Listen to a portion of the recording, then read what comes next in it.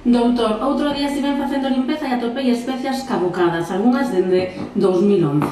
Pasa algo se tomamos especias pasadas de data?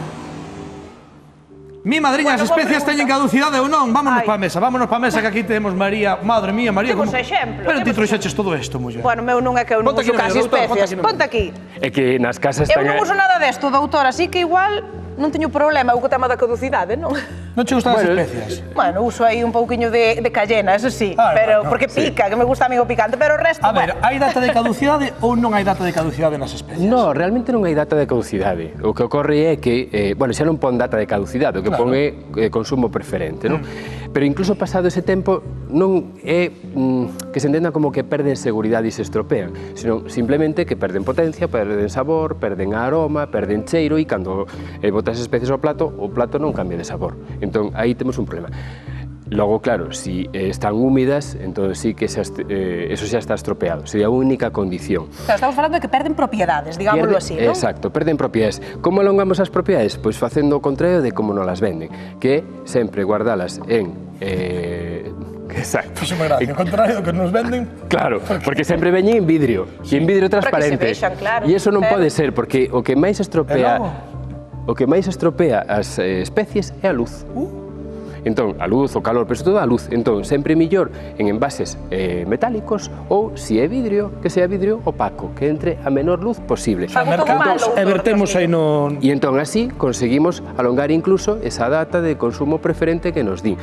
Normalmente, as especies, se están ben conservadas, 1, 2 anos despois desa data de consumo preferente, ainda suelen estar ben. Carai, pero eu decía aí nese vídeo que eran de 2011, entón que fai con elas? Sí, eso é botalo a un plato como non comer nada, porque ao final non vai dar sabor ningún.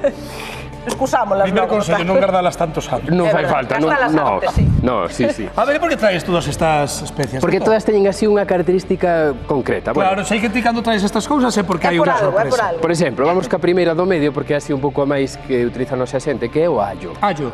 Entón, o allo ten unha sustancia que é a alicina, que é unha sustancia que é todo o que temos aquí, sobre todo ten propiedades digestivas, antioxidantes, é dicir, disminuye a formación de radicais libres, por tanto, o risco de cancro, o risco de demencia, e tamén son antiinflamatorias. É dicir, que o que fan é, sobre todo, disminuir o risco de enfermedades cardiovasculares. Era cousa boa, que se non tixa comeras aí, un pouco. Que tal? Está ben? Eu pensei que non era allo, non sabía o que era isto.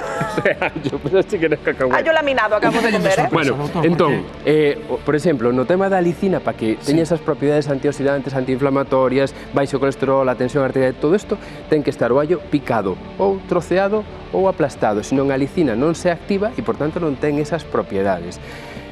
Unha cousa, o allo non só sae na saliva e no aliento, no cheiro, senón que tamén no suor. Vale, por tanto, cuidado cando consumimos allo, que tamén se pode liberar por aí.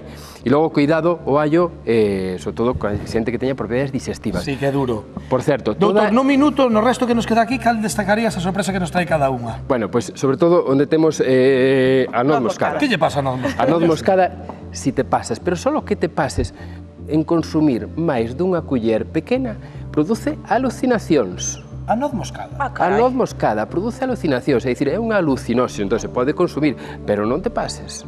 Carai, pouquinho, unha pizquilla logo, non? Unha cousa, o tema da canela. A canela ten cumarina. Non la podo ver delante. Unha sustancia... Pois a min gusta a mí. Xa, sí. A canela ten unha sustancia que se chama cumarina, que, se nos pasamos, é tóxica para o fígado. Pero como as distinguimos? Non mercar canela casia, que é a chinesa, senón canela de Ceilán. A canela casia é moito máis barata, a canela de Ceilán é un poquinho máis cara, pero é a que temos que comprar, que é a que ten pouca cumarina. E logo, a xente que lle gusta a cúrcuma... Rapidamente, doutor, xa sabe que... A cúrcuma, que tamén é antioxidante e, sobre todo, axuda ás digestións, sempre hai que mezclala con pementa negra, porque senón a curcumina non se activa, necesita a piperina que leva a pementa negra para activar a curcumina. Dios, casi me atraganto. Bueno, pois, veña, así, xa soltáchelo, anotamos todos estes consellos, doutor, gracias por vir un día máis. Mira, falabades antes da tensión, do azucre, pero mañá alguén se vai facer un análise o colesterol. Non conta a miña vida, mañá vou facer análisis a ver como está o nivel de colesterol. Semana que ven, os 5 alimentos que máis aumentan o colesterol. A semana que ven. 5. O top 5 dos alimentos que aumentan o colesterol. Aí estamos. A ver que che sai, Dios mío, Espiño. Seguro que papos 5. A ver como sabe ese análisis. Bueno, doutor, gracias, como sempre, unha semana máis. Vémonos o martes que ven por aquí. E falamos agora de especias que non caducan. Pero hai outra cousa que igual non nos esperamos,